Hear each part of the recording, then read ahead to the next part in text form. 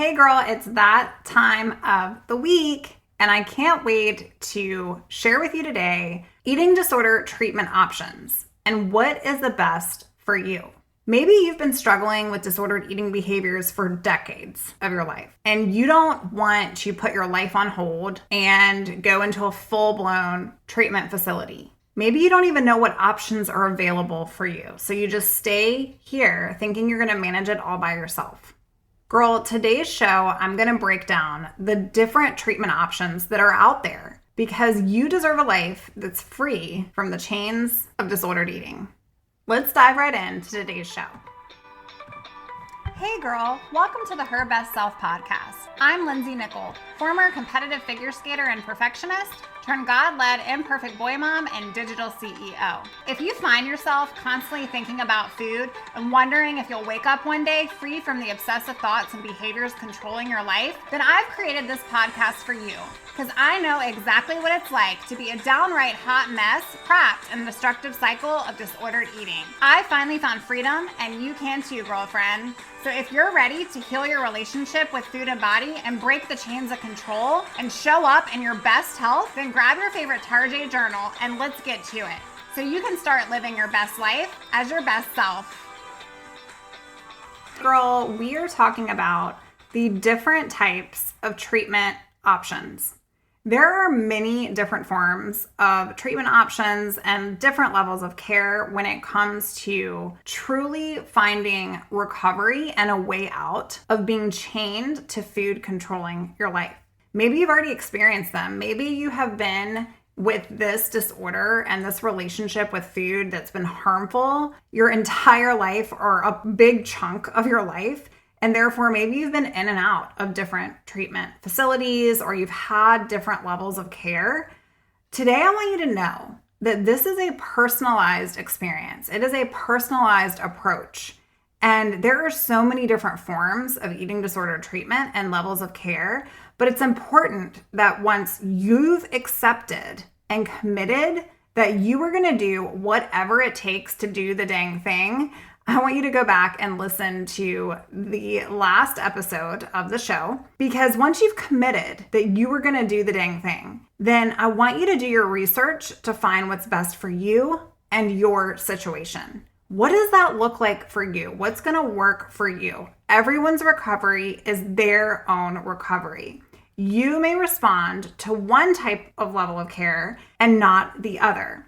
And the National Alliance of Eating Disorders and the National Eating Disorders Association shares so much information around the different levels of treatment and the treatment options that are available. And so I want you to leave today's show with an idea of different levels of care, different ways that you can help navigate your next step to find out what is best for you. Okay, so I put these into little buckets, but essentially I want you to think about an outpatient experience versus an inpatient experience, where number one is going to be outpatient care. And that's where you're going to live at home. Maybe you are going to school, and so you need to remain in school. Maybe you have family, you have kids, and so you're going to live at home. But you also attend weekly sessions with a care team. And this looks like a dietitian, a therapist, other professionals that are helping support your journey, your medical doctor. And maybe it also looks like some other support groups that are available for you. In this type of experience, an outpatient level of care, a professional has deemed you medically stable, and therefore you're attending weekly sessions, you're looking for support. And so this level of care might work the best for you in your situation. Again, it's going to depend upon your severity as well in terms of behaviors that you're experiencing. The second is what I would call intensive outpatient care, or an IOP. This occurs in very specialized type settings. Maybe it's in a center, a hospital, and you're attending multiple sessions per week. There's group therapy, and there's different things you're covering. You also have individual therapy. You have different things that you're working towards. This is very, very, very common for many people to go into an IOP type setting. And in fact, this was where I spent majority of my recovery, was an intensive outpatient program. And so if you're looking for one around you, of course, leverage Google. But there are probably opportunities for you to attend an intensive outpatient program or an outpatient program within your area. Now, the next is going to be partial hospitalization, or maybe you've heard of PHP, which is day treatment. Essentially, it's 5 to 6 days per week for 6 to 8 hours a day, and you're in the same place. It's definitely more intensive than an outpatient type program, and it includes different levels of therapy, different supportive structure in place. You might have meals, and then you return home in the evening. Okay, I also did similar day type treatment, although I was in school at the time, so it wasn't a full 8 hours of the day for me. But I did go into day treatment, which was helpful because I would do a couple of therapies and then I would go into a support group. So it was similar to that being combined with an IOP for me. And this worked super well for me in my journey with my anorexia and recovery from that. Number 4 is residential. When you think of residential, I want you to think about the inpatient experience. So there's 24-hour care and supervision. Okay, you may be medically stable, but you are going to require that intensive level of support. You're going to need a structured environment. And this is typically held in a medical hospital or center, or maybe you've heard of the home-like facilities. This is 24-hour level of care and support. Number 5 is inpatient hospitalization. And so this is most appropriate for you. Maybe you've gone through eating disorder recovery and it's not really working. If you're not responding, and so you need a more high intensive setting. This is a structured 24-hour medical psychiatric type facility setting where you are doing intensive treatment.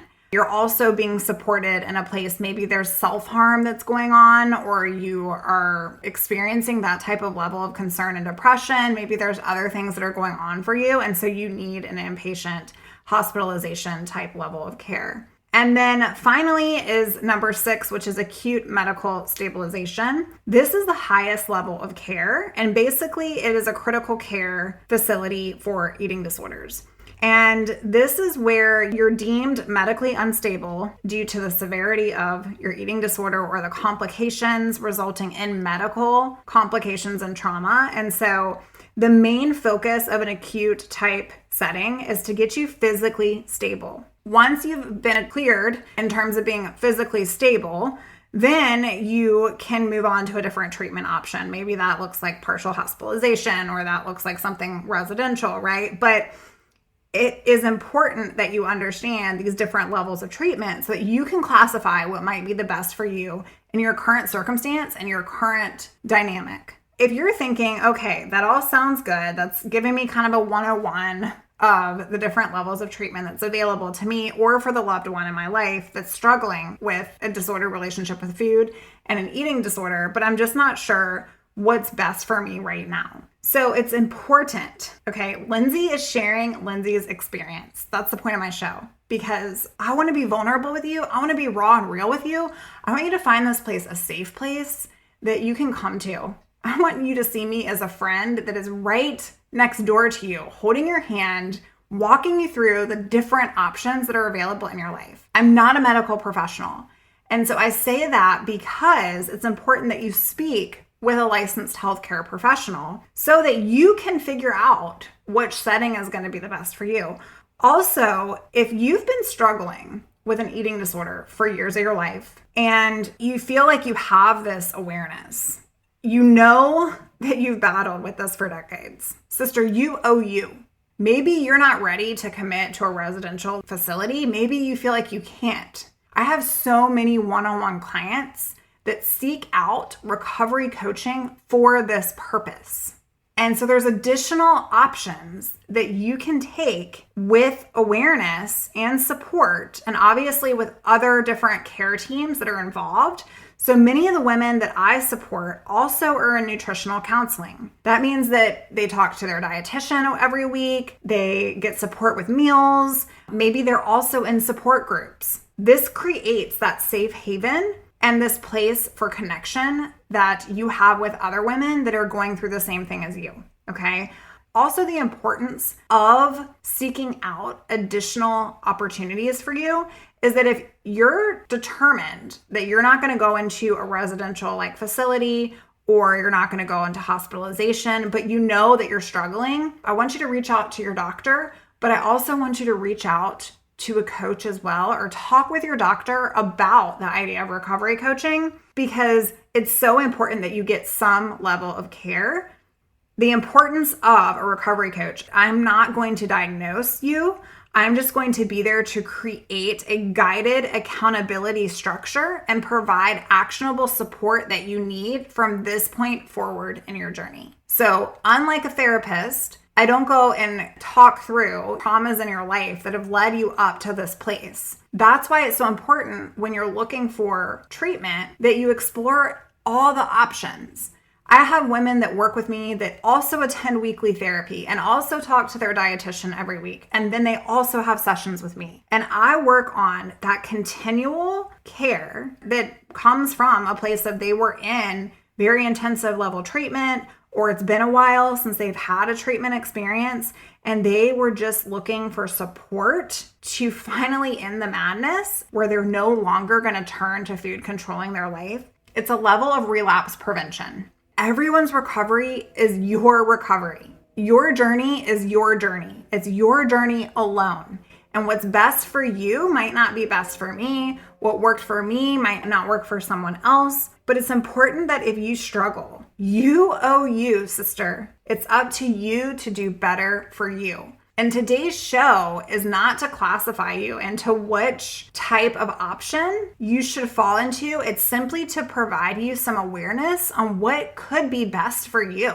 If you've been sitting here and doing this by yourself, first of all, you weren't meant to do life alone. Second of all, you definitely weren't meant to do the hard things alone, like recovering from a full-blown eating disorder or an unhealthy relationship with food. You aren't meant to do this by yourself. And that's why it's so important to research and to do your due diligence and putting yourself first and putting yourself the highest priority item on your list, because everyone else in your life is going to benefit when you can start putting you first. Okay, so maybe you can't go into a residential facility because you've got a 4-year-old, or maybe you can't go into a residential facility because you're taking care of your parents.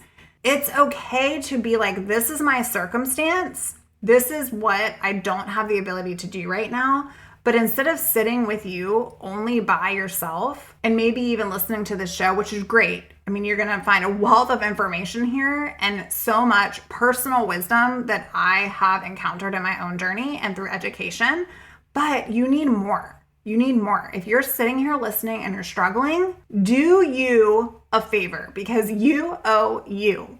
It's time to accept. It's time to commit. Go back to the last episode of the show. You're going to love that one. It's going to put a little pep in your step and a little fire in your heart to commit to you and go do the dang thing. This episode today is to just let you know that there's so many different options out there. And when we think about eating disorder treatment, we really think about black and white. We're either better and in recovery and doing some sort of outpatient type therapy support, or we're in a full-blown residential facility. And that doesn't mean that that is true. It's not black and white. There's so many other options. There's so much out there now compared to when I was struggling that you might have multiple different options that are located near you to be able to help support you. There's also online options. Speaking of online options, with all of my one-on-one clients, I do everything completely virtual. That means that we get on Zoom one-on-one every single week and we work through actionable things that are going to get you from where you are in this place right now to fully free and thriving. Sister, I hope today's show has truly blessed your heart. I hope it's given you just this level of understanding that just because so-and-so's journey might be one way and your journey looks different, it's okay. You may respond to one level of care. You may respond to one treatment option. Doesn't make you better or worse. It doesn't make residential bad for those that need to go into 24-hour support. It doesn't make people that do outpatient any less important. What matters is that you're standing up for you. What matters is you're making a choice and you're deciding and doing. You're not going to do this anymore by yourself. And sister, I encourage you today, if you're looking at what is best for you, that you do the very best thing for your future self and do your research, talk to a professional, and feel free to reach out to me. You can do so at my website, lindseynichol.com. I'll get back to you. And if you're looking for personalized recovery coaching support, that means, again, that I'm working with you every single week. Maybe we need to get over some fear foods. Maybe we need to get off the scale. Maybe we want to go out to dinner with our family. Maybe we want to not look at the menu. Maybe we want to find healthy coping strategies, recovery tools that are going to set you up for success for life, not temporarily, for life. That would be recovery coaching at its finest. And that's why I believe in it so very much. And you can layer coaching in with your current care team and plan to support your journey. What's best for you is that you put yourself first and that you continue to put one foot in front of the other. You are worth it. You deserve it. I hope you've loved today's show. Share it with a friend. Maybe someone in your life is looking for support and they're just not sure what they need right now. Share this with them. Let them know that they have been on your heart and that you want what is best for them too. Okay, girl, bye for now. Hey, girl, before you go, I want to pop in your ear one last thing. I have 2 slots available for recovery coaching, so you're going to want to get your client application in before we shut down for the fall and before I waitlist folks. You can do so at lindseynichol.com. In addition to that, if you're looking for community, if you're looking for more support, come find us. We are Hope and Healing for Eating Disorder Recovery, and I have some secret stuff out there waiting for you. So meet us out there, girl. Talk to you soon. Oh, friend, thank you so much for letting me share what was on my heart today. My hope for this podcast is to help more women find freedom from food and body. If this has empowered or blessed you, let me know. I'd be honored for your rating and review of my show. And I'd love to connect with you in my private Facebook community. You really can move from perfection to purpose. Let's break the chains together. I'll help navigate the way. Until next time, bye for now, girl.